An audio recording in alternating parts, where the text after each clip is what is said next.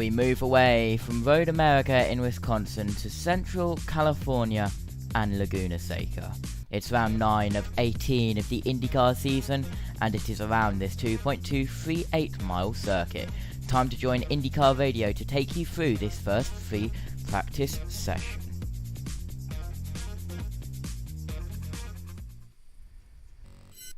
Today's practice. This is the INDYCAR Radio Network.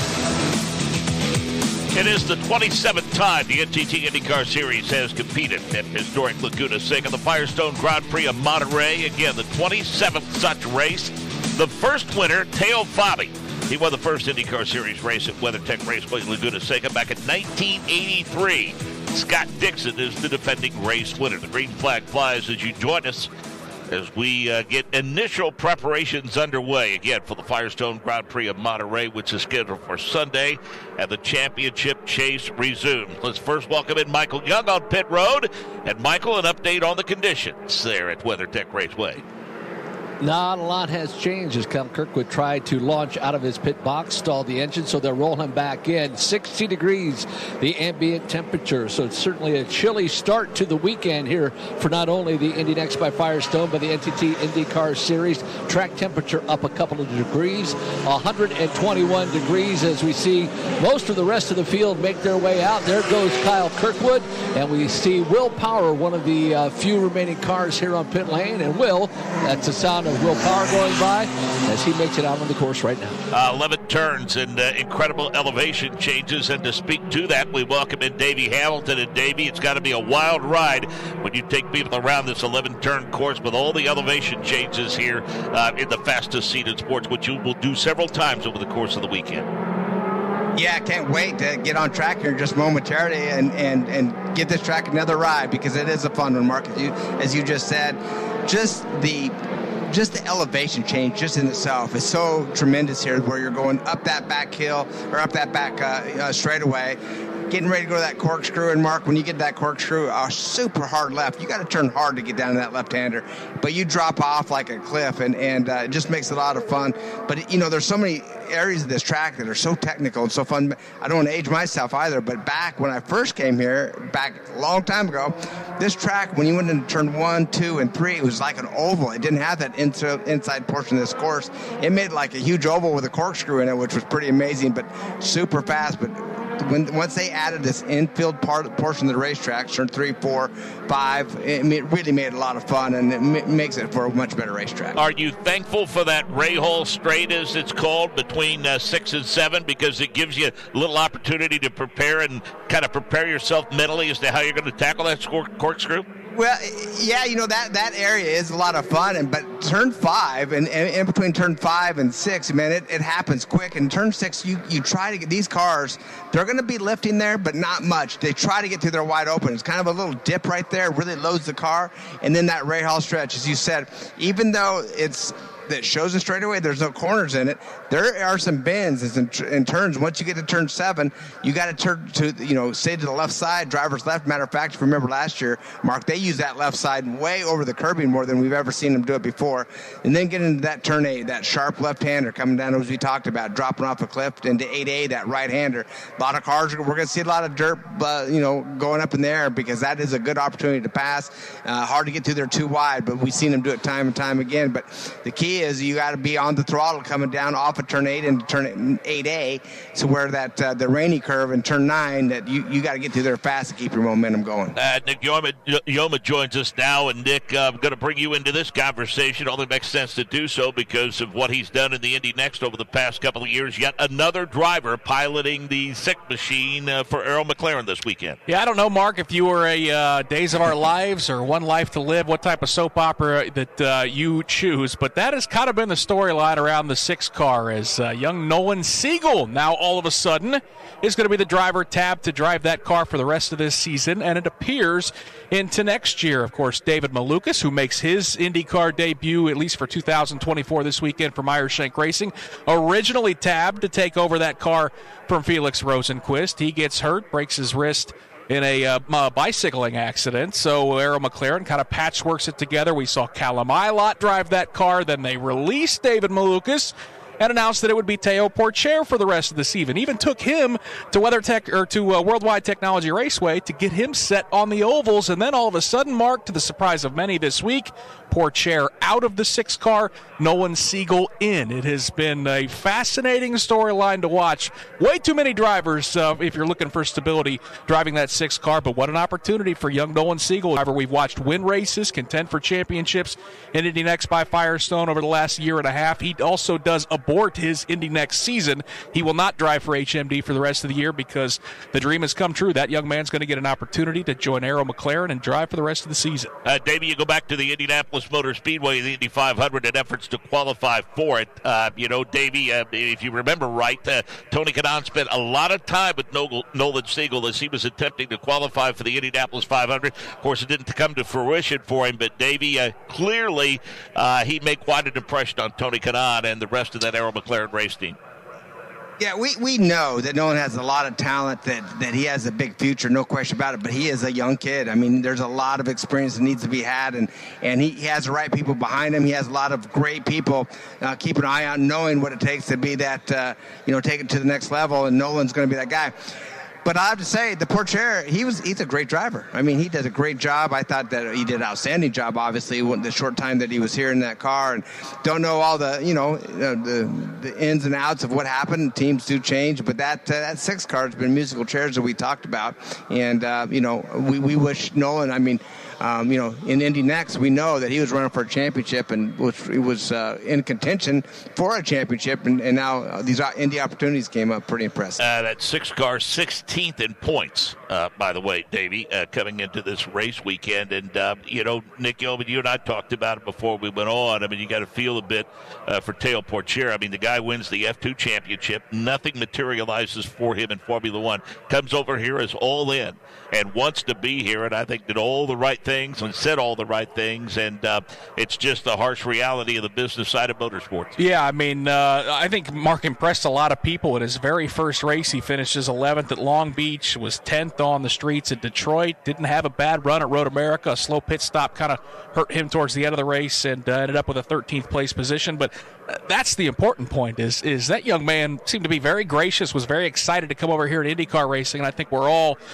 even though we're all still getting to know that young man, impressed with what he can do both in and out of the race car, and certainly hope that he lands on his feet. And if an opportunity over in Europe, which is initially where he wanted to chase, doesn't materialize, he wants to be here in IndyCar. And I think there's going to be a lot of teams that are going to be knocking on his door or calling his cell phone over the coming months as the kind of silly season dominoes fall and we start to figure out who's going to be driving where for 2025. But very talented young man. Good opportunity for him to jump behind the wheel of that car. It doesn't materialize. It's not the first driver to get booted out of that seat, and now it's young Nolan Siegel, Mark, as a teenager, getting an opportunity to drive for one of the top teams in the sport. He's happy, but Davey just as happy, if not more so, is David Malukas, who's finally back at an NTT IndyCar Series car. He's in the 66 machine for the rest of the season now. AutoNation, Arctic Wolf, the sponsorship from Meyer Shank Racing. Yeah, I think that Dave and Lucas, we just didn't know what was going to happen with him. Didn't realize all this craziness was going to go on. But I'll tell you, I think he's found a good home. I think that they really want him there. I think it's a good opportunity for David to show what he has, and we're going to find out this weekend. And like I say, it was a big surprise to all of us on how things changed around so quickly. But Porcher, back to him on what you said about really doing a good job. Well, I feel the same. I think he did a really good job. And by the way, here's somebody that hasn't been to our country, hasn't been to our series, hasn't been to any of these racetracks. He didn't even know where to go get a cheeseburger. He didn't know where these racetracks are located or how to get there. I mean, he was, drinking water from a fire hose, really, and I just think he did an outstanding job and would really like to see what he had. And hopefully he wants to stay here, and run an IndyCar, and hopefully he has that opportunity to do it. Yeah, it's going to be interesting to see how things unfold throughout the rest of the season. There are a number of drivers out there in contract years. Of course, Joseph Newgarden recently announced that he was locked up for the foreseeable future with Team Penske, but we think that that driver roster is going to be set as well as others. And, silly season used to be just that. It was the off season, but that is no longer the case. But back to David Malukas, Davey, I think that Meyer Shank have to be thrilled with the pairing between he and Felix Rosenqvist, with the comfortability that Felix has shown driving for that race team in his first year with them. Well, I think so. And you look at that team, obviously Simon Pagenaud was, fixing that team. I think, that seat was safe for him, and he's, health reasons, and I think others chose not to be back in that car and is happy where he is with life right now, and that's what we were hoping and wishing for Simon. Great guy, and hope the best for him, obviously. And then Elio Castroneves getting in that car. Now, we know that Bloomquist was in it. Results just weren't there. They're out of that 20, that top 22 for leader circle, or 22 for leader circle, and just had to try something different. Just wasn't getting the job done, and not blaming just him. It was just a combination of things that happened. Obviously, going out of the first lap of the Indianapolis 500 was not a good thing, and that really hurt, because a lot of points are given out for that race. And then Elio trying to get in the car for a couple races to get the points back up. He didn't have good luck. So I think in this Maluka say, okay, we're focused on him. We're going to put him in the car for the rest of the year. We know what he can do. He's proven it time and time again how good he is. Had that wrist injury, as you mentioned earlier, Mark, and now it's time to go to work, get the job done, and you know that he's going to want to beat one team more than any, and he's going to put full effort towards that. Well, let's face it, Nick, one of the, I guess, advantages to having Nolan Siegel in the car is that by him being a rookie, that's now going to give Errol McLaren a little bit of extra time, especially this practice session on Friday. Yeah, that's the good news. He's out there right now turning laps as he navigates turn number 4, the right-hander in the NTT Data-sponsored orange and blue car that, again, we've seen a lot of different drivers in, but as a rookie, he's got that extra set of tires, and that's why he's out on the racetrack with drivers like Luca Giotto. Pietro Fittipaldi is out on the racetrack. We see Kippen Simpson heading towards turn number 4. So first chance to see Nolan Siegel get up the speed mark as he heads towards the corkscrew, driving for this Arrow McLaren team in car number 6. Again, great opportunity for this young man. This will be his 3rd point-spang IndyCar race, Mark. He's ran a few races so far this season. It'll also be the 3rd different team. Of course, had a deal to run a handful of races with Dale Coyne Racing. One of those was the Indianapolis 500. That didn't materialize. Another one was also going to be Toronto, so there's some decisions for Dale Coyne Racing now to make with who pilots car number 18 for the Toronto race. And then, of course, the fabulous story at Road America was him jumping into that Juncos Hollinger car. So, again, and then, of course, shouldn't leave out, a week ago, Mark, he wins Le Mans. He wins his class victory at Le Mans, and is still just 19 years old. So, very talented young kid that probably doesn't know what hauler to walk into on a given weekend, because he's been driving for so many different teams and so many different cars. So a little stability hopefully will help his maturation process, because, again, as a teenager, he needs that. He needs the backing, needs the support, and needs to get his feet wet, and he's certainly going to be doing that this weekend. Well, he's certainly going to have a wealth of resources, unlike anything that he's had at his disposal before. So we'll see how he's able to take advantage of that. Dave, you heard the conversations that you and Nick were having about the restart zone and how things have changed here at the Firestone Grand Prix of Monterey. And, of course, it was announced earlier this year. That restart zone here will actually be between 10 and 11. There is a restart line. They got to hold their position until they get to it, which is just off of the exit of turn number 11. So I think they've solved the issues with the melee that they had last year. Yeah, well, we know that needed to be fixed, right? I mean, and that they just had that restart zone really too early. I think it was right going into 10, if I recall. And now later, you can get it going into 11. The best off you are, so they can't go too wide through there. And in my opinion, it almost needs to be off of turn 11. But that's just. Hopefully this works. I mean, just try it, something different. You got to try it and make sure it works, just to make sure that the carnage keeps at a minimum. Davey, I think a good story a couple of weeks ago at Road America. Will Power finally getting back to victory lane, and a lot of people very, very happy for Will Power. Absolutely. I mean, a lot of people, and me included. I just think that Will does such a good job. He's been working really hard. I mean, he's had some behind-the-scene issues with Liz, his wife, and everything seems to be back on track now with her health, and with Will fighting to be a winner back in winner's circle, and I love it. Well, I think what was really cool, you talk about the issues that he had and the illness that his wife so bravely fought. And, I think it was a full circle moment for all of them, Davey, because the whole family was there to celebrate with him in victory lane. Yeah, it was great. And Will did a good job. If you recall, Mark, when it was the Penske cars. I mean, it was all 3 of the Penske cars up front. Will not being one of those, by the way. He was a little bit of a distant third at one point going into those last stops. He did this pit stop at a perfect time. He came out and in the lead and was able not to only hold off that lead, but extend that lead, and even got threatened with a restart there at the end. So, we've known he's had the speed. He hasn't been in the right position to win the race. By the way, what has he been second quick 3 times by just? Yeah. I mean, if you add all the 3 times, it's probably under 0.3 of a second that he's missed 3 poles by. So, great job by him. For sure. Belle Isle 2022, the last time that he was in victory lane prior to the race at Road America. And how long has he been at it? The win number 1 of 42, Davey, came in 2007 on the street course at Las Vegas.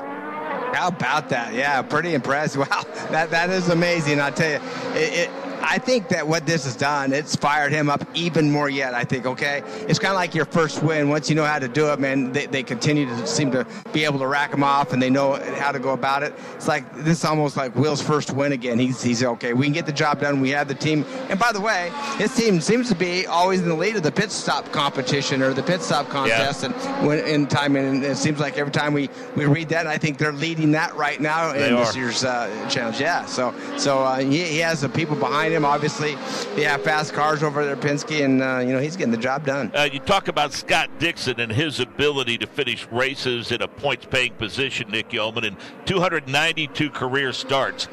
Will Power has 102 podium finishes. We're flat out witnessing 2 of the best of all time. In fact, Mark, with that win for Will Power, that 42nd win that you mentioned, now tied with Michael Andretti for 4th all time. So the only 3 drivers that Will Power is looking up at is A.J. Foyt, Scott Dixon, and Mario Andretti. I mean, that's pretty incredible. So, it was a big win.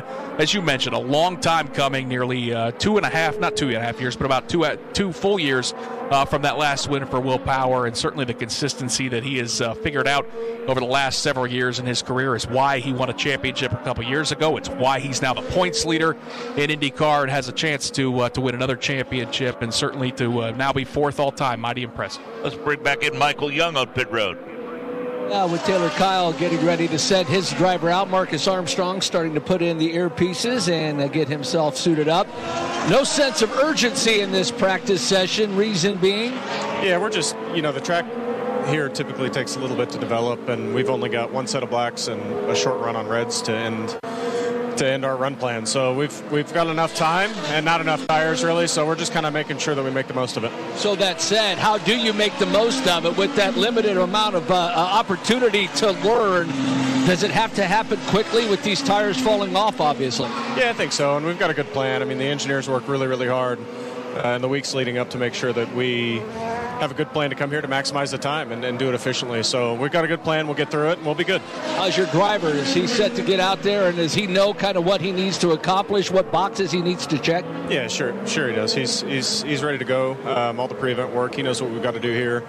He's excited to get back on track, have a big bounce back after Road America. So that's what we're looking for. Look forward to seeing him out here. Thank you for the time. Thank you. Taylor Kyle, he's the race strategist, of course, for Marcus Armstrong. Just got a peek at Christian Lundgaard, Nick Yeoman, taking a challenging route to the corkscrew. That's one way to navigate that turn 8. And not the preferred way. Yeah. In fact, Davey Hamilton, you're seeing the onboard shot now. Oh, that car was sideways really as soon as he got on the brakes headed to that corner. I'm not saying anything because I haven't been up there yet. I may find that same line. It's so hard to, your first time running around this track and knowing how hard that corner is. Obviously, you can't see until you're there, and how easy it is to do just what he did there. I mean, he's the first one, but he's not going to be the last one to have that line through there. There is a back-to-back, Davey. Once you make the little left-hander and start to prepare in earnest for the corkscrew, I think the challenge, especially when you get late in a stint and tire wear starts to rear its ugly head. There are a couple of places there where you crest a couple of noticeable hills and the car get very light, and that's what could affect your grip.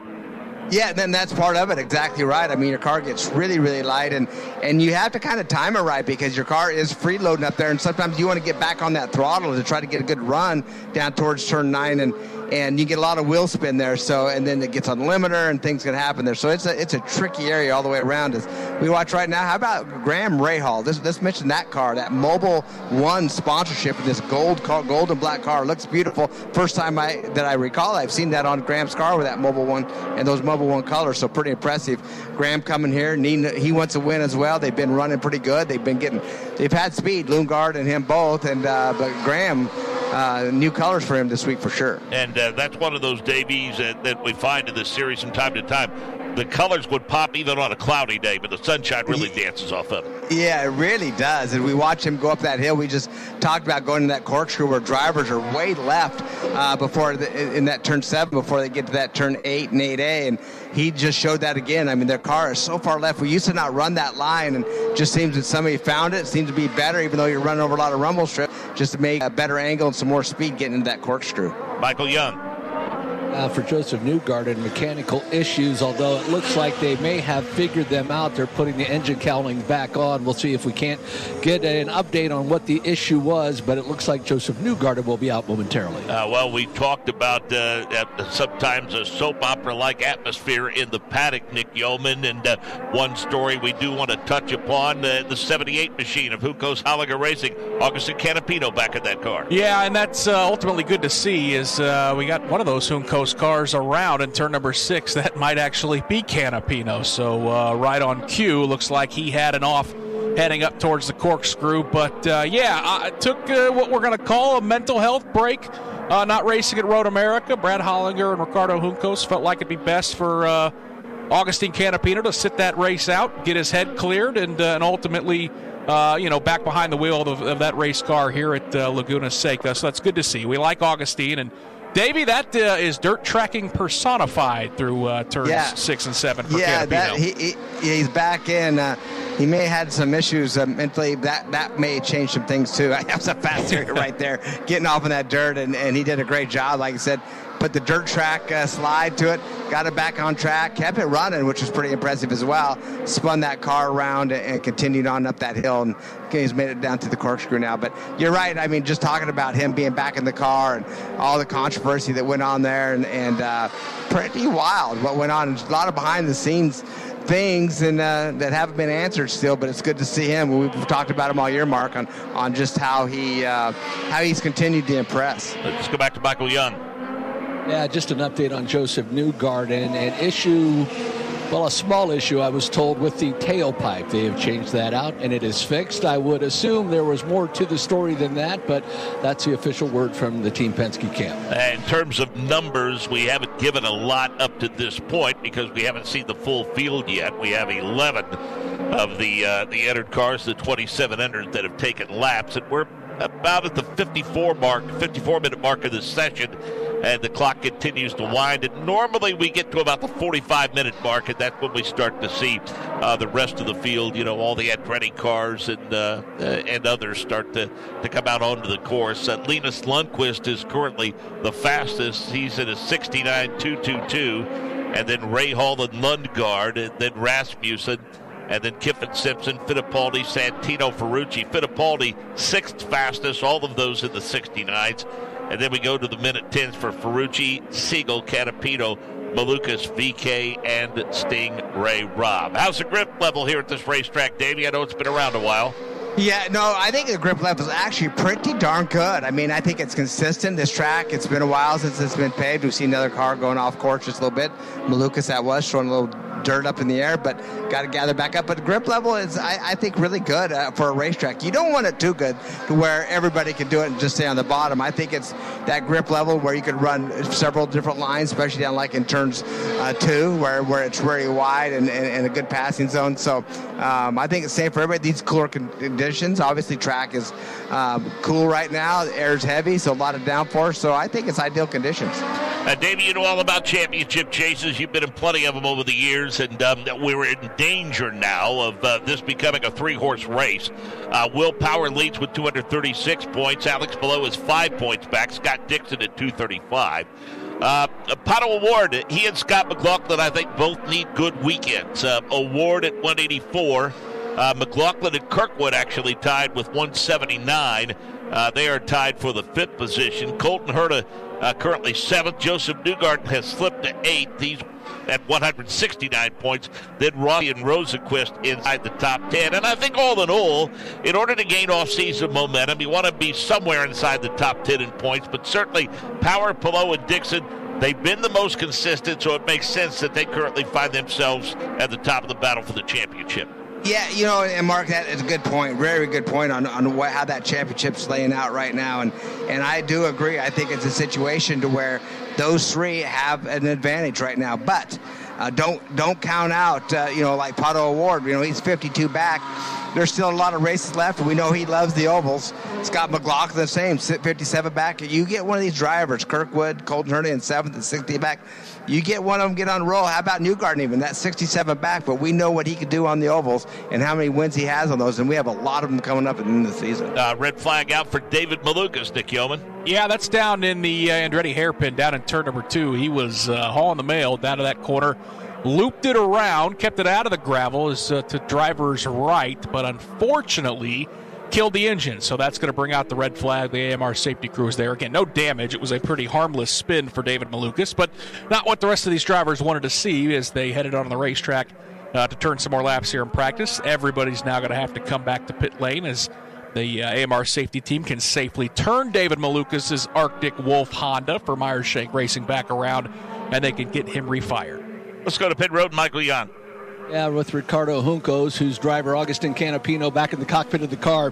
Clearly there was a lot of discussion, of course, the weekend at Road America and everything that happened, but good to see Augustin back in the car. Yeah, it's good. That was a tough weekend for all of us. It was really hard for us to make that decision, but I think at the moment it was the right thing to do, to be honest. Not much we can control social media, but clearly it's a lesson for people out there how much damage they can create, right? So we all learn from this, I guess, I hope. But now I'm happy to see him back in the car. Now he's 2 tenths off, really doing a good job. So we just need to keep our program and just focus on what we're doing, right? Describe the difficulty as an owner to make that decision to pull him from the car. It's really hard. You never know what to do. So we knew we can control some of the things there, but at that moment, for sure, it was a bad decision. We got to think about the safety for him, for the other competitors. Road America is not easy, one of the most difficult, dangerous track. We're in a dangerous sport, right? So we're trying our best, and sometimes people don't see it that way, right? Outside social media, it is what it is. But hopefully we can have a union between teams, drivers, and the series itself to create something for the future that is better. At least, in my view, we need to be aligned with the message and aligned with the concept. And I think maybe it's a springboard now to go forward on that end. But for me, happy to see him back in the car. Now we are good, all set, and, good lesson to learn, right? Thank you for the time. We appreciate it. All right, thank you so much. A smile on his face and a very happy Ricardo Juncos and his driver, Augustin Canapino. And of note, Davey, he's currently 22nd in points, and we've made it clear as to where things stand in terms of that leader circle, buddy. Augustin Canapino is 22nd. Theo Porcher, by the way, had taken that car to 21st in points. Now, those that are looking up at Augustin Canapino include Stingray Robb, Christian Rasmussen, Jack Harvey. So those are some of the drivers and some of the teams that are under a little pressure, if you will, to find themselves inside that top 22. Well, you're right. That they're in a tough position, no question about it. And we talked, that you need to get there. I mean, there's a lot of drivers, and you talked about several teams on the outside looking in, and one of them not being that 6 car with all the different drivers. So that tells you they've all done a pretty good job in that car, keeping it inside that 22.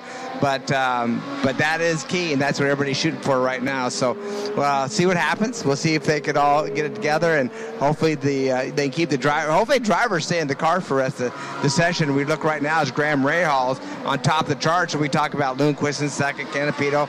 Talked about Canapino. He's only 3 tenths off. He is correct, but Mark, only 14 cars have seen the racetrack so far. And some conversation, Nick Yeoman, recently about Yuri Vips, a driver that we had kind of forgotten about. Apparently, spending the weekend was Rahal Letterman Lanigan Racing, and there are hopes that maybe they can expand that effort and include him moving forward. Not just this weekend, Mark. I've seen him at a handful of racetracks. I saw him at Detroit, had a conversation in the month of May when he was at the Indianapolis Motor Speedway. So he is very much a part of that team.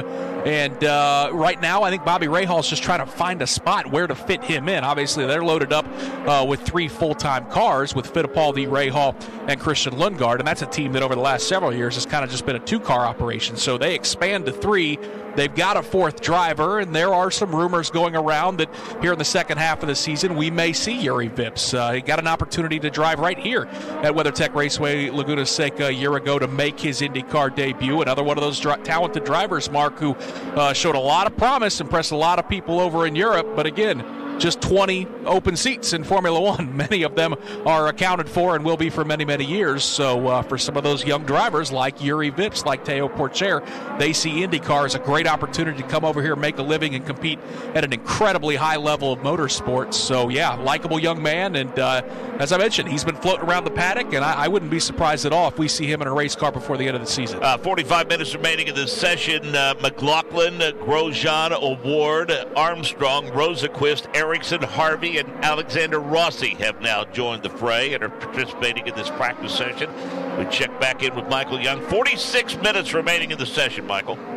Yeah, and for David Malukas, they're coming over that car, looking at the toe links on the front and rear of that number 66 Meyer Shank Racing machine. No damage, evidently. Or at least they're not finding any damage, but he still sits on pit lane as they comb through the rest of that car to make sure he's good to send back out. So again, Rahal the fastest, as we mentioned, in a 69.037. Then Lundqvist, Canapino, Lundgaard, and Rasmussen. Simpson is sixth fastest, then BK, Grosjean, Ferrucci, and Fittipaldi. And the rest of the field, we think the pace is going to pick up as more drivers continue to turn laps here. One thing that, if memory serves me correctly, about this track, Davey, they test the limits of it both to the right and the left. There are plenty of offs here. And what does that mean? Well, that means as the race progresses, this thing probably dirties up as much as any racetrack where the NTT IndyCar Series competes. Yeah, and that's exactly right. We talked about that earlier. When you slip off, it's dirt, it's gravel, it makes a mess out of the track when they come back out, and the race car itself. So you're exactly right. It's very tricky. And by the way, if you go off during a race and you splash some gravel on the racetrack and it continues green, they don't stop to just get that dirt off. So it's a challenge for the competitors behind as well. So it makes it it's entertaining. It's fun. You just hope nobody gets penalized by running over a rock or something and gets a tire low or whatever. But high commitment racetrack, which most of the runs we go to are very high commitment. For several blind corners and been here a long time. This track, as you said, Mark, we've been coming here a long time now, and it's a lot of fun. Seems like every car that comes here, you look at the eras and the lines that we run, it changes as the cars change. So right now they're using up every bit of racetrack. Matter of fact, coming off that final corner, coming on the straightaway, they go completely over the rumble strips on exit onto another piece of asphalt, and then cross back over the rumble strips, coming onto the straightaway.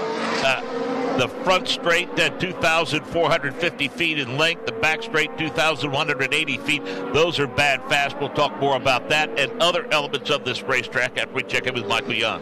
Yeah, with Yuri Vips. We just were talking about you on the radio. You've been hanging around. Good to see your face, but it'd be even better to see you in a car. What's going on?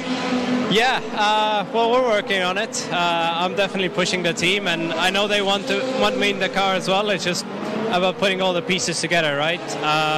But yeah, definitely looking forward to getting back in a car. Is that something that could still happen in 2024, or are you looking towards 2025?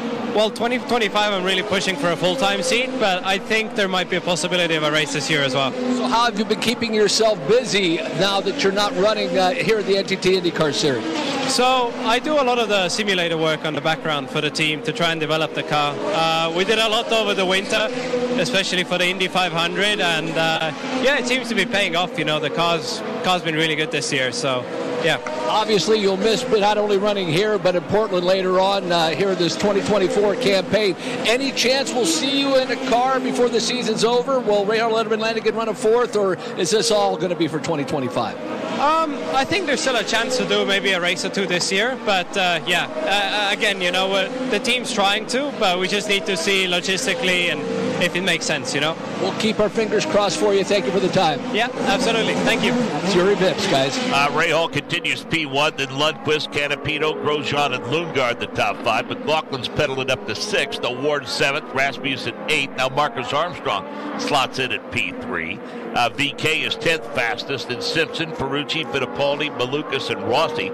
Kirkwood, Rosenqvist, Siegel, Harvey, and Robb through 20th, then Ericsson, Palou, Power, and Dixon. 24 of the 27 cars have cleared the timing scoring loop for the first time. And again, Graham Rahal is the fastest at a 69.037. He's talking about the simulator work at Nick Yeoman. This is kind of part of your world a bit. They're a far cry. Those simulators now are a far cry from that pole position game I used to play in the pizza parlor, I'm guessing. We're talking about laser scanned racetracks and dedicated cockpits and motion simulators that both Honda and Chevrolet and Dallara have that could absolutely mirror exactly what these drivers are doing. There's something to be said. I know Davey can touch on it about the seat of the pants feel of driving a race car, but no, it's pretty amazing, Mark, how far and along these things have come, and these drivers swear by these things, that they're great training grounds. And obviously, you hear that conversation with Yuri Vips, the teams rely on the data they're getting from the simulators as well. I was watching Let's Make a Deal the other night,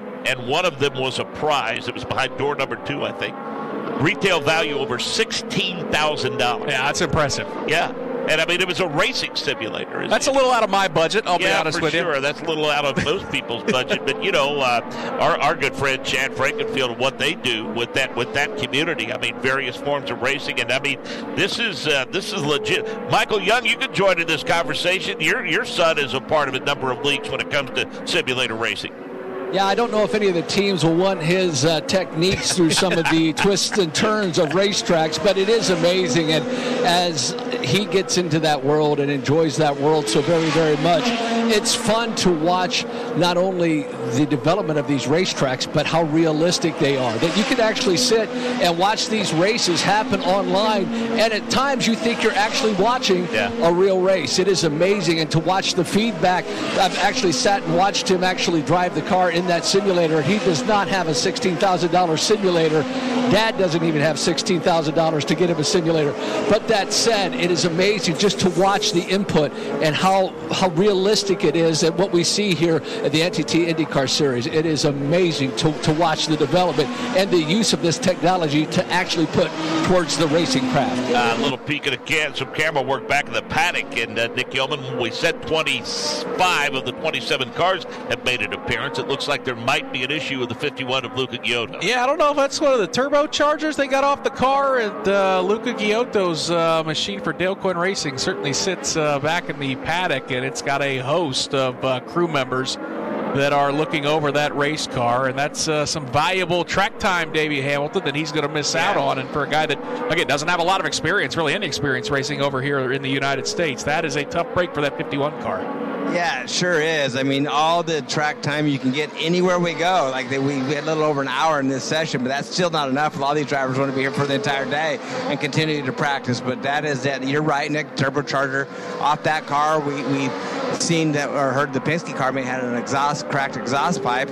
It could be the same. Could be the exhaust. Might not be the turbo, but they have to get it off to fix maybe whatever's in there. So one or the other is wrong for sure, but cost him some valuable track time. And speaking of the issues that Joseph Newgarden had with his car earlier on, we are watching him turn laps now, so he appears to be at speed. So, Davey, we mentioned the length of those straightaways, both over 2,000 feet in length, and that gives these teams and drivers an opportunity to carry a lot of momentum into those corners, and those are two pretty impressive, especially down the main straight. That's a pretty good passing opportunity going down into one.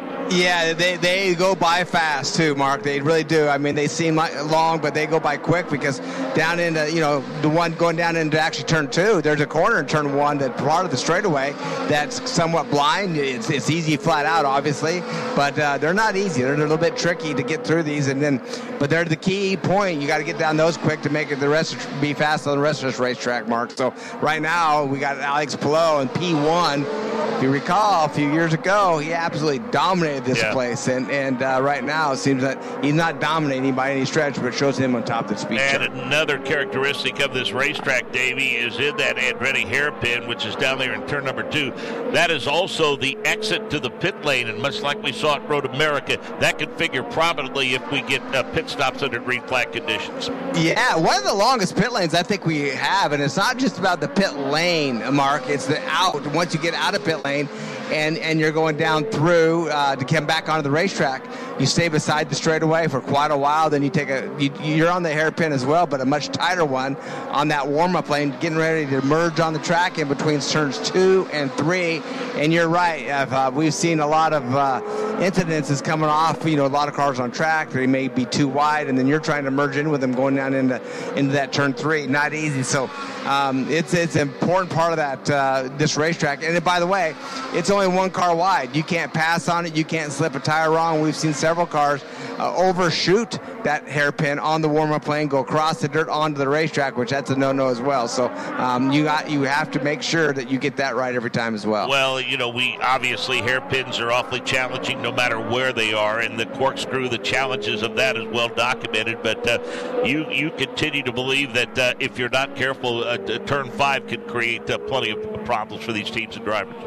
Yeah, no, turn 5 is really tricky because what happens there on that left-hander, Mark, is it has a little dip in the bottom of it. It really seems fast, but it seems like it really makes the car free. The back of the car is loose through that area, and the turn-in is pretty drastic, and you're going fast through that area, and that's one of, if you have good balance in your race car, it always seems like even when you get to that corner, it does make that back end want to slide around and be a little slide happy, as we see Santino Ferrucci right now going backwards down the corkscrew to get out of the way. Good job by him.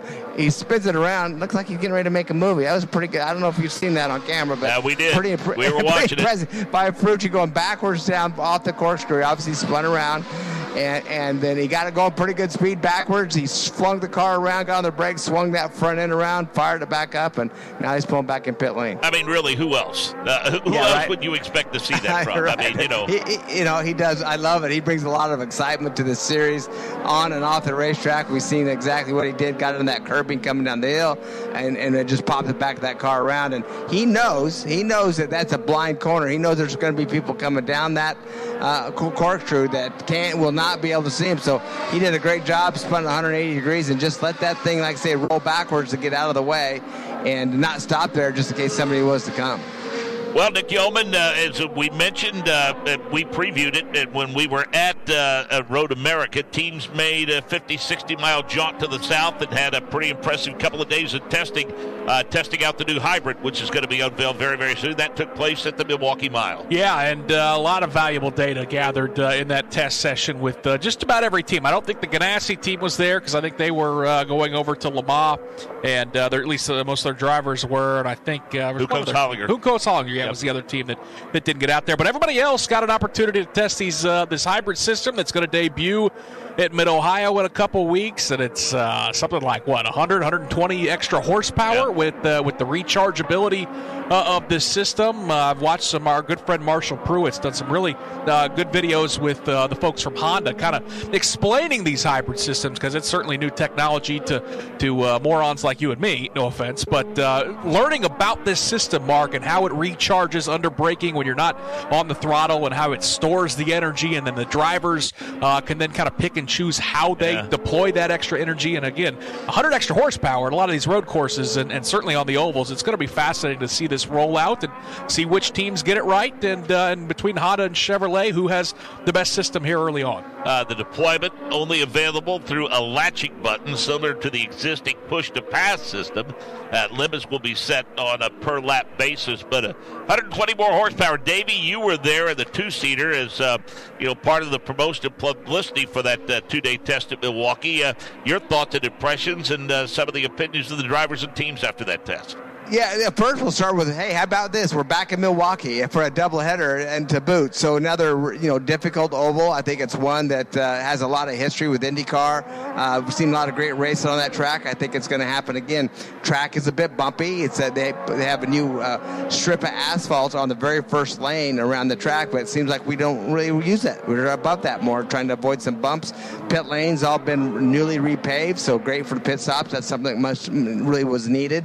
And then the cars, they seem to perform really well. I mean, the hybrid, like Nick said, we need a lot of education yet, know somewhat about them, but until we get them on racetrack and just really learn exactly what they're all about, as we see Canapino actually go off in the corkscrew as well, getting back on with no harm. It's going to be interesting, but it's good to see him back there. The extra horsepower, yes, you have it, but you don't have it all the time. It's going to be available like our push-to-pass, and when you have it, it seems like it's going to be pretty impressive. And I just try to relate it to an electric car. If you've ever driven an electric car, it has power immediately. The torque of it is just unbelievable. And so it's going to be, I'm sure, different for all the drivers. Now, Firestone has been preparing for it for a long time. It's already what was supposed to be in these race cars. It's been delayed. And so now I think the tires are going to match up with this engine program. We lighten the aero screen to match with these engines. So it's going to be interesting to say to the next race. Actually, the next race in Mid-Ohio, it's going to be in everybody's cars, and we're going to see out. And that, hey, Mark, we talked championship earlier. This could change everything. Yeah, it's going to be a completely new thing for a lot of these teams, and that could change a lot of things up as well. I think one of the things that simply must be applauded is I don't recall a situation where this has ever happened in motorsports before. I mean, you've got Honda and Chevy.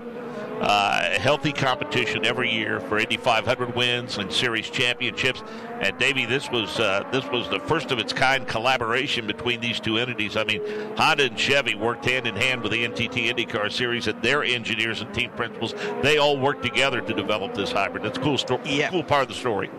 Yeah, pretty impressive, isn't it? I mean, you think about that, and unfortunately, I think what happened, Mark, is one of the manufacturers or something, one of the parts pieces that one of the manufacturers wasn't content with, didn't feel like they were quite ready to put in these cars at the start of the season. So everybody agreed to say, hey, let's hold off on it. It's too early. We can't have everybody to be equal, and so they did that. But having Honda and Chevrolet, by the way, I hope Honda and Chevrolet are involved with our sport for a long, long time. I think they both do a great job. It keeps it fun for us. It keeps the competition level good. We follow the championship between those two, the engine manufacturer championship, throughout the year, and it's always a tight battle. I think Chevrolet is barely leading right now for Honda, but it goes back and forth. And right now, the fastest two cars on track right now, first and second being Honda's, third, fourth, and fifth being Chevrolet. So the top five is all mixed up as it always is with these two manufacturers. From a scheduling standpoint, Nick Yeoman, we go back to April 21st, the streets of Long Beach, then April the 28th, Barber Motorsports Park, then a weekend off. Then you go the 10th and 11th with the road course at the Indianapolis Motor Speedway, of course, that weekend. And then you have qualifying and practice for the Indy 500, which ran on May the 26th. And you follow that up with Detroit, then Road America. You don't really count the following weekend as a weekend off because you had the 2-day test at Milwaukee.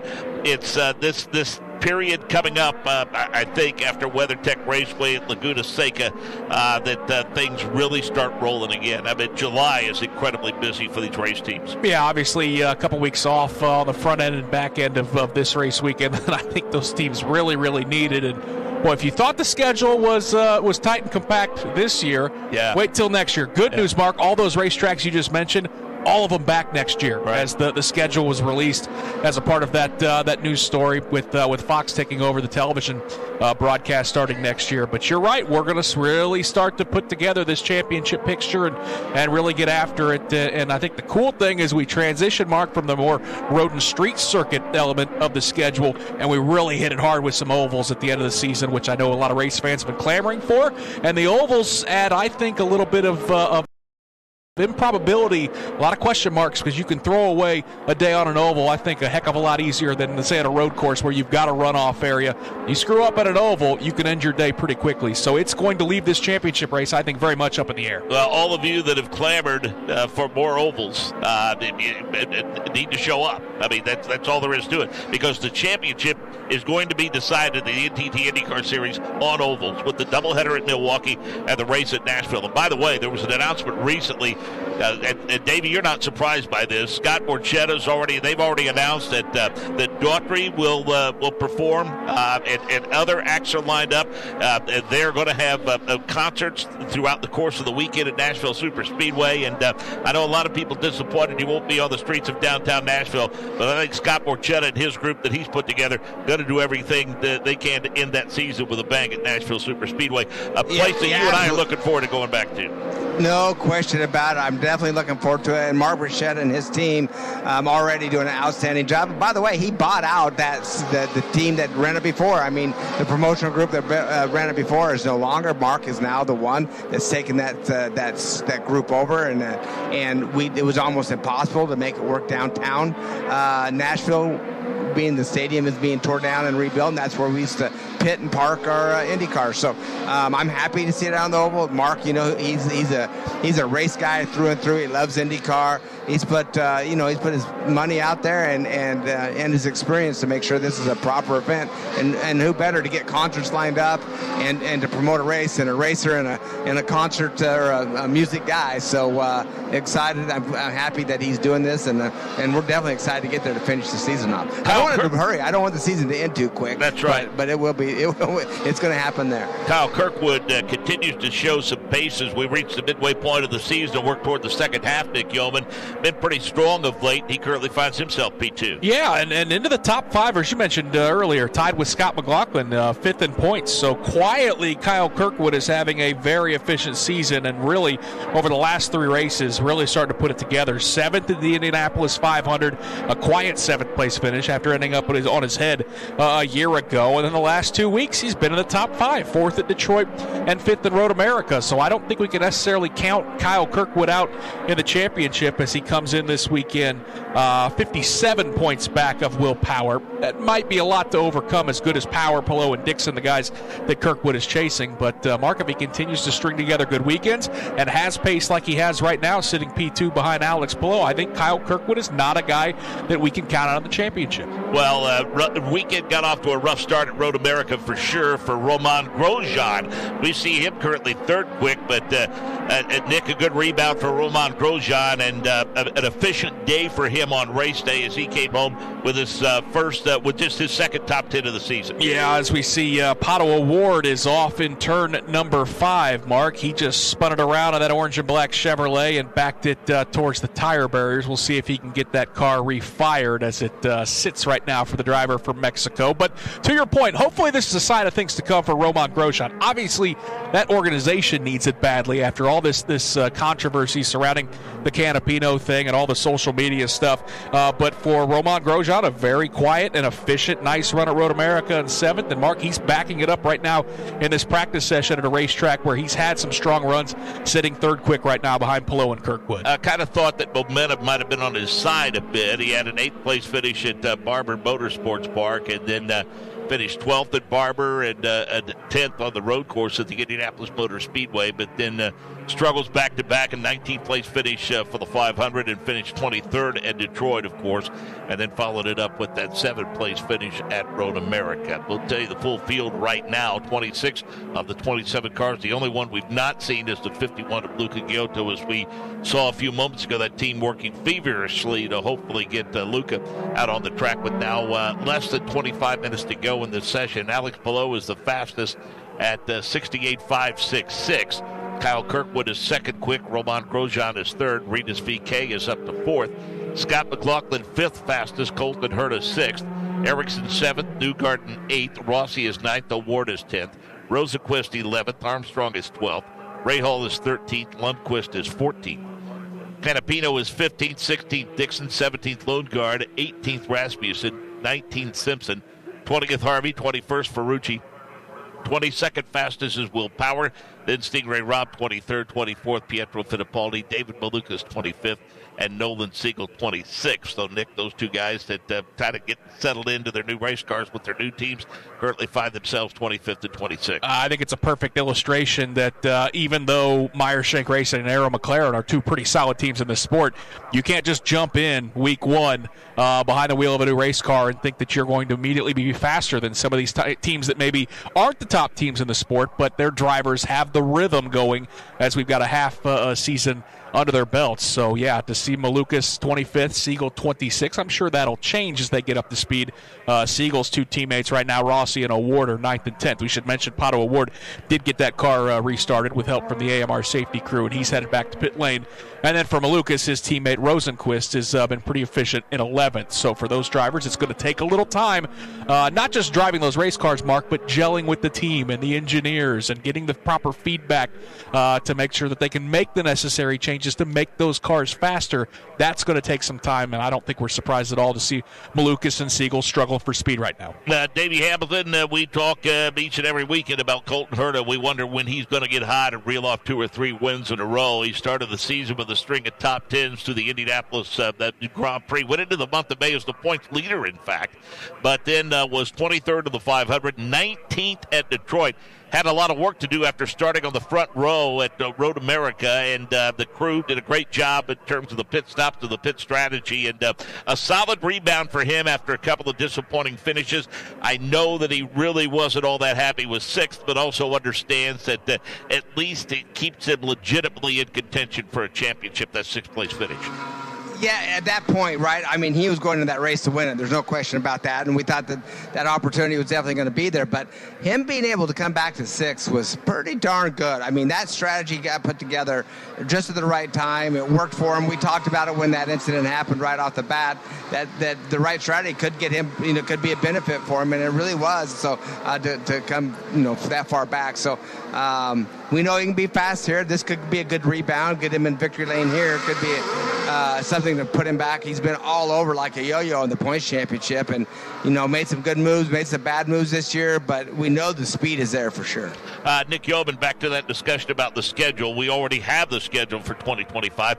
I've been doing this my 29th year now, and I never, ever remember the schedule being announced this early. Maybe it has, but because it's been so many years, I don't remember it. But that move was made in conjunction with the announcement that the NTT IndyCar Series will call Fox Sports home next year. Yeah, and I think the coolest thing, Mark, is, and I think we all can acknowledge the opportunity to put every single IndyCar race as well as qualifying for the Indianapolis 500 on network television is such a positive thing. Of course, we want you to put them on mute and tune in IndyCar radio, but we certainly understand the importance of getting that exposure for the IndyCar Series on television, and you put those races on network TV, naturally you're going to have bigger audiences. So it was a really nice announcement, and certainly with the schedule being rolled out this early, it's kind of nice to make those plans and kind of understand, hey, where we're going to be at a year from now. Usually that tends to be towards the end of the season, but nice rollout. And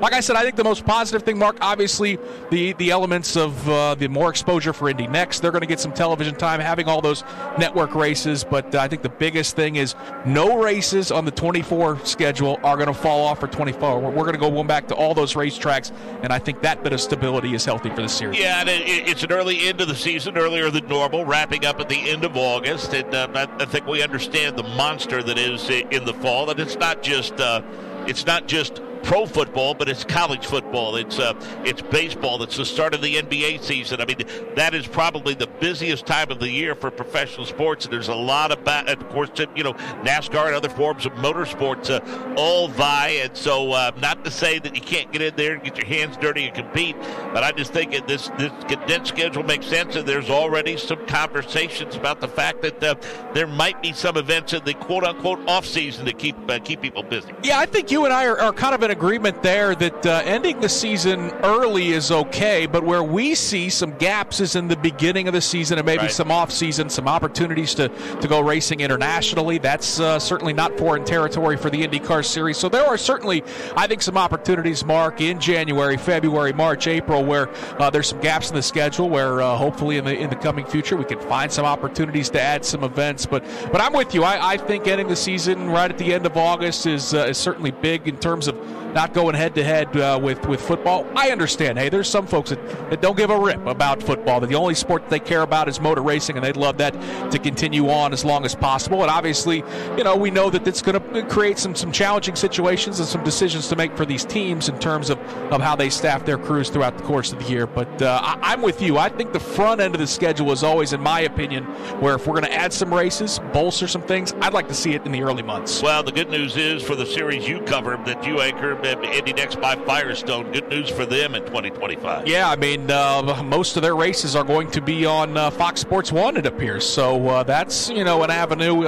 Recent years, they've all been on Peacock, so a little bit more exposure. And I've already heard from some team owners and folks in that series that think, hey, they've got some opportunity. They can start really selling more sponsorship, knowing that they're going to get a little bit more exposure as well. So I think it's a nice sign to see, Mark, and I think we're all excited to see. Obviously, things are going to be different, right? The folks at NBC have done a tremendous job, but it's going to be a little bit different, and I think there's going to be goods and bads that come with that, and we hope that fans ultimately enjoy it. And, Davey, you can talk about this from a team owner and also a race promoter's perspective. And from a team owner's perspective, when you start going out and knocking on doors and looking to secure sponsorship, you've got a couple of cards already pretty close to the vest here that you could play, and one of those being, hey, our schedule's already set for next year, and oh, by the way, all of our shows are going to be on network television. That's huge for team owners when they're trying to secure that sponsorship. Absolutely agreed. I think that's one thing that Roger, once he bought this series, wanted to make sure that this top-level series had top-level everything, and that including the TV package and putting us on Fox. As we know, we have a lot of friends at NBC. As Nick said, they've done a great job, but I think it's all about getting us on network TV for every event that we have, and some qualifying. It's getting the Indy Next on Fox Sports 1. Yeah, I'm sure they're going to, those that have to and are traveling or may have to watch on an app, there's going to be apps available, I'm sure, to be able to watch this stuff. But I do think it's very, very key and excited about it. I'm with Nick. I would like to see especially the front part of the schedule to be extended a little more, try to keep us, run more months throughout the year instead of jam-pack us in a small area, but I know they had to do what they had to do. It's impressive they got the schedule out, no question about it. And as a race promoter, I know how much work behind the scenes it is to try to get this many races scheduled on the proper weekends where there's nothing conflicting, where it's good for the tracks. There's so many things that go into it. Not easy to do, but they'll continue to work on that and make it better. I do miss Texas Motor Speedway. I'll be honest. I was hoping that would be back on it. I love that event. But we'll keep our fingers crossed that one gets back on eventually as well. Let's go to pit road, check in with Michael Young. Michael, again, the Firestone Grand Prix of Monterey has to make somebody you're getting ready to talk to off the crowd. Yeah, and it's so much so. And Kara Kristalik, the executive director of Race Tire Engineering and Manufacturing, joins us on pit lane. It's good to have you back. I haven't seen you at a couple of races, and I'm like, goodness, what happened to Kara? But you had a well-deserved vacation, I understand. Yeah, I got to take a little bit of vacation. Family went to Oak Island. We had a very capable engineers in charge for that race. They did an amazing job, so the descriptions were very precise as we expect them to be. So the track was paved last year. You guys brought a different tire and learned a lot. How has this track weathered over the last year? So it's been interesting. Our team always comes out the day before practice to scan the racetrack, and we saw the racetrack was pretty torn up in some of the areas. The repave was very close in time to the actual race weekend, so when we came out here, the cars are pretty aggressive on the surface. So they had done some repair work over the time. There's some sealant out there, so we were out there measuring surface friction. Surface friction seems to have gone down a little bit, but we'll still see pretty similar racing to what we saw last year. When you measure surface friction, what is involved in that process? It's a really neat machine made by ASFT, and it's something that they use to scan airport surfaces to let them know whether they need to be repaved or how safe it is for airplanes to land. So we use this, and it actually has a little two-wheeled machine, and it drags the wheel behind it. And with that dragging, you can measure that force, and that force can give you friction. So the tires for this weekend are the same as last year? Yeah, these are the same, both primary and alternate compounds, just made newer for this year. All right, finally, we have, of course, the race in Mid-Ohio coming up. We will introduce the hybrid, which I know you guys have been prepared for quite some time. The challenges that will go into that, or do you foresee any? So we've been working on this hybrid for over a year and a half, and in fact, we tested it. Mid-Ohio was our very first road course hybrid test, and that was actually 2 years ago. So we built some compounds. We actually used those compounds in Barber last year, so we have a lot of data on what we are going to expect. Unlike the last second at Road America, you guys have had some time to develop this one. Yeah, so this is great. This is a home race for our Firestone engineering team, so we'll have a lot of our tire production teammates, engineers, and all the rest of the people out of the racetrack too. Great to see you back at the track. Thank you for the time as always. Right, thank you, Michael. It's Kara Kristalik, guys. Yeah, one of the very best for sure, and always appreciate the insight to the world of Firestone and the great job that they do, and I know that they're awfully excited to see that hybrid unveiled in a couple of weeks at Mid-Ohio. Marcus Ericsson has gone to P1 now. Ericsson said he wanted to kind of do the reset button on his season in Detroit and hopefully get himself into the top 10 in points. Joseph Newgarden, just like that, goes to P1, and Davey, the alternates might have a little bit to do with the fact that the speeds are starting to pick up a little bit. Yeah, that's right. They got the alternate tires on in this session. They're allowed to run them. And matter of fact, Newgarden, Ericsson, VK now in third, Kirkland in fourth, all have those red sidewall softer compound Firestones. Herta in that P8 has them on. Rosenquist and P13 has them on. Momentarily, we're going to see everybody have those on right now as Rosenquist is on track right now. We'll see what kind of time he can cut. Erickson wanting to push the reset button in Detroit. He did that and then some, Davey, finishing on the second step of the podium, and then followed that up with a top 10 at Road America. And we knew that it was just going to be a matter of time. I mean, the season got off to a rough start, finished last at St. Petersburg, and then was 5th at Long Beach, and we thought, okay, he's settled in now. But then he finished 18th at Barber. The month of May was disastrous for him, a 16th and a 33rd place finish. And again, one of the nicest guys that you could find in the paddock, and happy to see him get his fortunes turned around over the past couple of races, and currently sits at P2. Yeah, and he wants to be a champion, a series champion. He was going for the championship. Thought, hey, I'm with a new team. They can get it done. I've been with 2 really good teams. I'm a 500 winner. Now I want to be an IndyCar champion. Unfortunately, things just didn't unfold. As you just mentioned, Mark, just very tough start the season. Like you just said, seems to be getting it turned around. It's not that he's horrible. He's 13th in points, so at this point, he's not going to win that championship. But you know what? If he can get a top 10, 8 or 10 out of this championship, I think he'll be content for his first year with that Andretti Autosport team.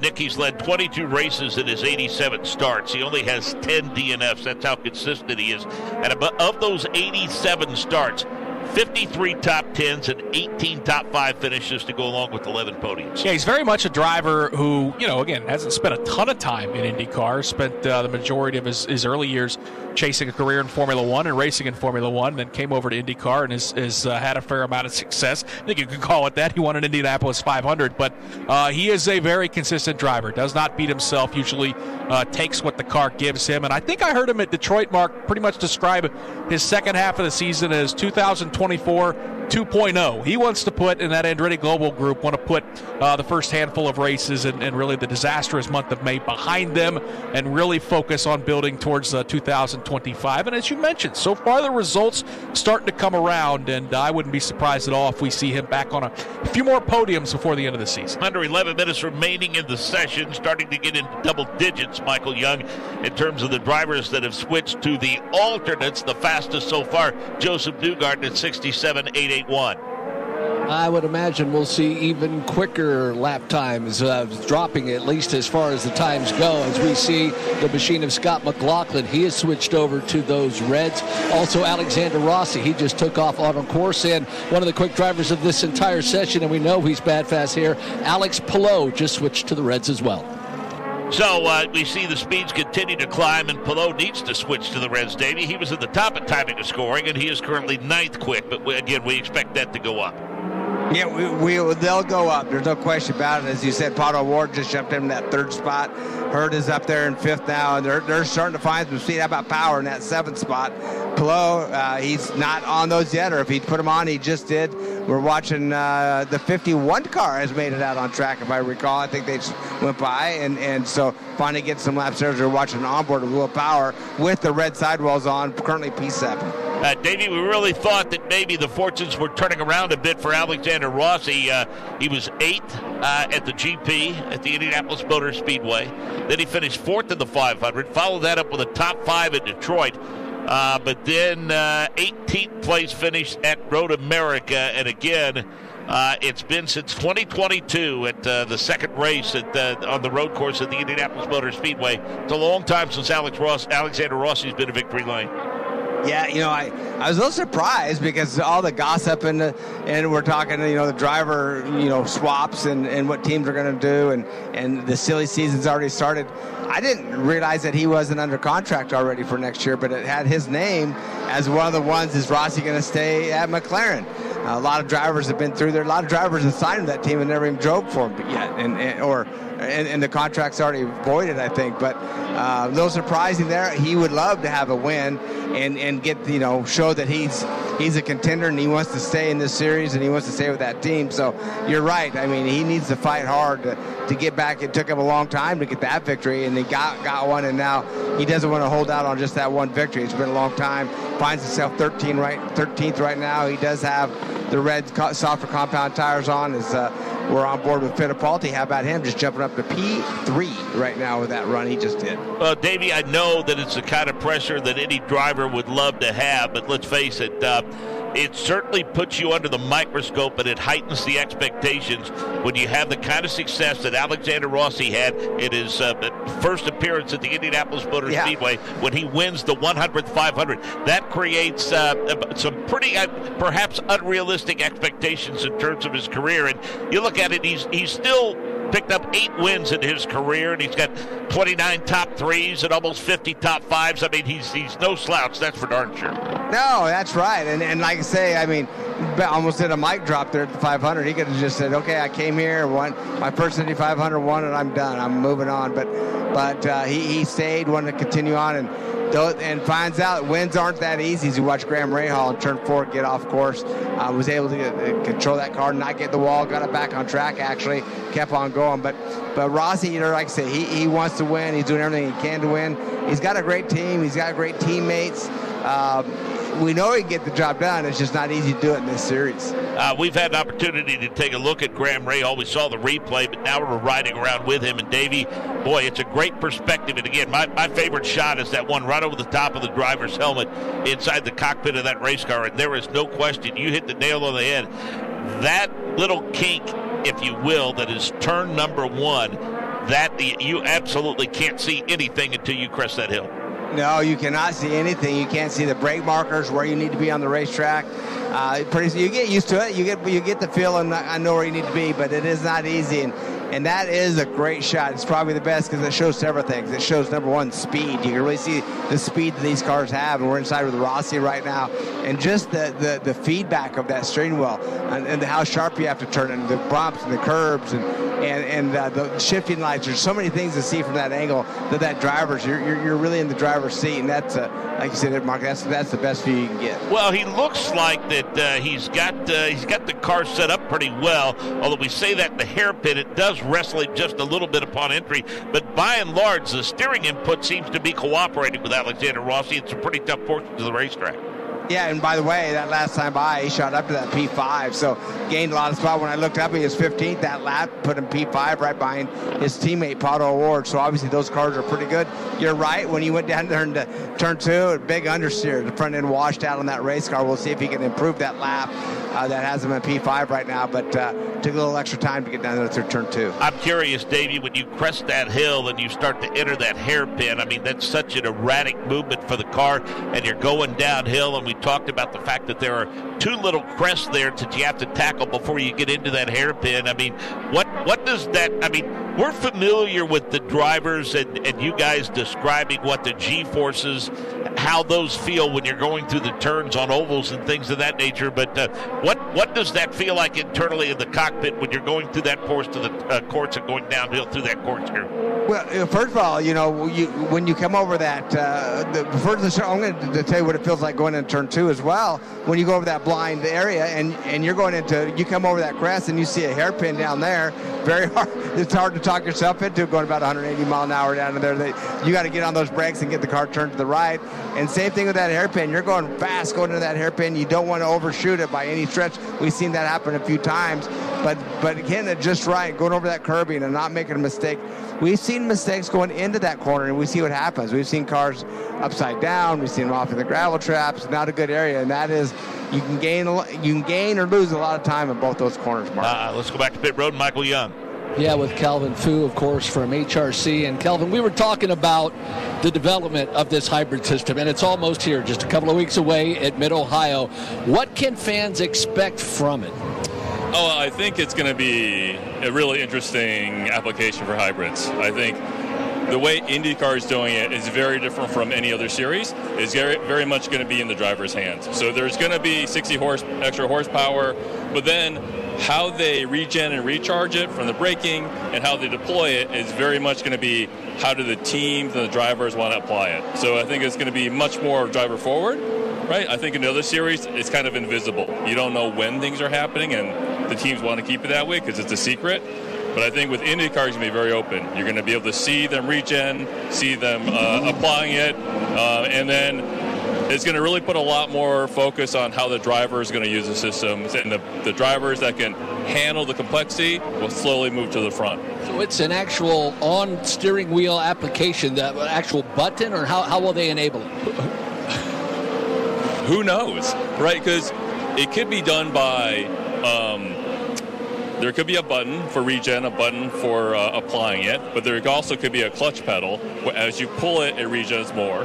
You could also do when you're braking or when you're accelerating. So there's a menu of options, and depending on the track and how IndyCar wants to do it, the teams will have to kind of pick between those. So we're working, and I'm sure the competition too is what's the best way to apply it across all of them. Every driver, every team may be slightly different. So there's an opportunity for it to grow from its infancy when we see it in a couple of weeks to potentially 3 years from now. I think so too. I think there's definitely extra power and energy in the system. Again, it's up to IndyCar how we want to apply it. This year, baby steps. And I think right now, let's make sure it's reliable, make sure we're using it correctly. And then as we develop it in short ovals and road course, street courses, I'm assuming everybody's going to be trying different things to see what optimizes lap time. I understand that the sky is the limit for this and what it can actually do. An onboard starter, they actually, if they've saved enough energy, can actually restart the car, correct? Yes, yeah. So the way it's built in there, you should be able to start the engine if there's enough energy in the supercharged capacitor system. So the drivers have a big key in this. They have to be able to manage it as well as use it. Yeah, it'll be a bit of luck too, right?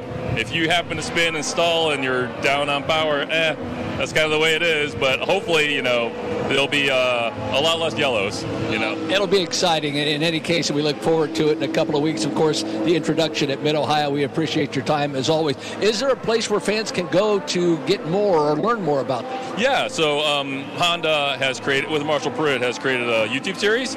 I think there's going to be 4 total, and right now there's 2. So you can go to the HRC US YouTube channel and take a look at it. Appreciate your time as always. Thanks so much. Okay, that's, of course, Calvin Fu with HRC, and we look forward to seeing that hybrid system coming up in just 2 weeks at the Mid-Ohio Sports Car Course. Yeah, great stuff, Michael Young, with a minute left of this session, Davey, and I think the most intriguing aspect of that is the way that drivers are going to be engaging that. I think it's interesting that it could actually be set up to drivers' preference. That is good. We've talked about several things, and I've heard the same thing. I heard people have paddles, just like a shifting and a clutch paddle. I heard buttons. That's the first I heard about the clutch, being able to pull it, or I know brakes, when you hit the brakes, that regens. I didn't know that one. Another thing that we heard was the starters we see in the back of these cars currently, when we see them on the grid and drivers start your engines, they have a starter, they plug into the back of the car and they fire it up. Well, my understanding is that there could be a situation to where these cars could take off electrically, pop the clutch, and start them. So I don't know if that's going to be something that we see in the future as well. Sports cars do have that application right now. So a lot of things to learn for all of us as this hybrid system comes to play. And it looks like Felix Rosenquist had a bit of an off, but Nick Yeoman is able to get it back out on the course. Yeah, that looked like he was leaving turn number 3, and that car got mighty sideways, and he clipped one of the signboards. As he comes by, doesn't appear to be any damage to that car, but certainly that pink, white, and blue Sirius XM car going to get out of the throttle. He'll slide off the driver's line to let these final drivers go past him on their final flyers here in practice, because Mark, checkered flag is out on practice number 1. Yep, Scott McLaughlin, Colton Herta, Palou, Newgarden, Fittipaldi. Top 5, that's Pietro Fittipaldi. Then Award, Kirkwood, Rossi, Armstrong, and Power. Lundgaard, Ericsson, Canapino, Rasmussen, and VK through 15th. Then Grosjean, Rahal, Dixon, Ferrucci, and Kiffin, Simpson, 20th. 21st, Lundqvist. 22nd, Robb. 23rd, Rosenquist. 24th, Harvey. 25th, Malukas. 26th, Kyoto. And 27th, Siegel. Been an interesting year for Scott McLaughlin, Nick Yeoman. It's been feast or famine. Of course, credited with a 27th place finish at St. Petersburg, 26th at Long Beach, and a 20th at Detroit. But he finished first at Barber Motorsports Park, of course, 6th in the GP, 6th in the 500, and finished on the podium at Road America. Yeah, it just needs a little consistency, right? I mean, obviously got dealt a major points blow because that 27th place finish at St. Petersburg was a disqualification, so he scored no points. So still very much in this championship hunt, but he's going to have to find that consistency. As you mentioned, has shown it at times, was really unstoppable at Barber Motorsports Park, winning a race, and comes into this weekend tied with Kyle Kirkwood, 5th in the championship standings.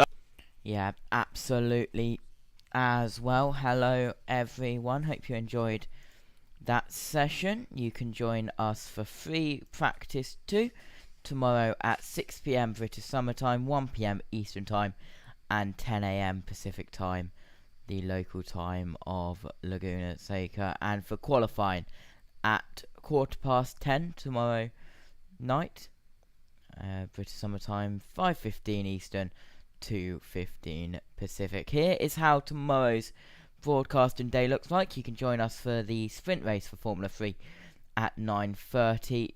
Free practice 1 for British touring cars at 9:40. Free practice 3 for Formula 1 Spanish Grand Prix, that is at 11:15. That session gets underway at 11:30. Free practice 2, 12:25 broadcast start with a 1:05 start for the sprint race for Formula 2. Qualifying for Formula 1 at 3:45 with 6 p.m. that session starting as well, and qualifying for Alton Park touring cars at 3:30 and 3:35. F1 Academy race 1 at 4:50 and 5 p.m. Correction for F1 Spain qualifying, it's 3:45 local time and 4 p.m. Local time session starts. That will be 2:45 British Summer Time for 3 p.m. start there as well. So hopefully you enjoyed that, and we hope to see you for a full day of motorsport action tomorrow. See you then.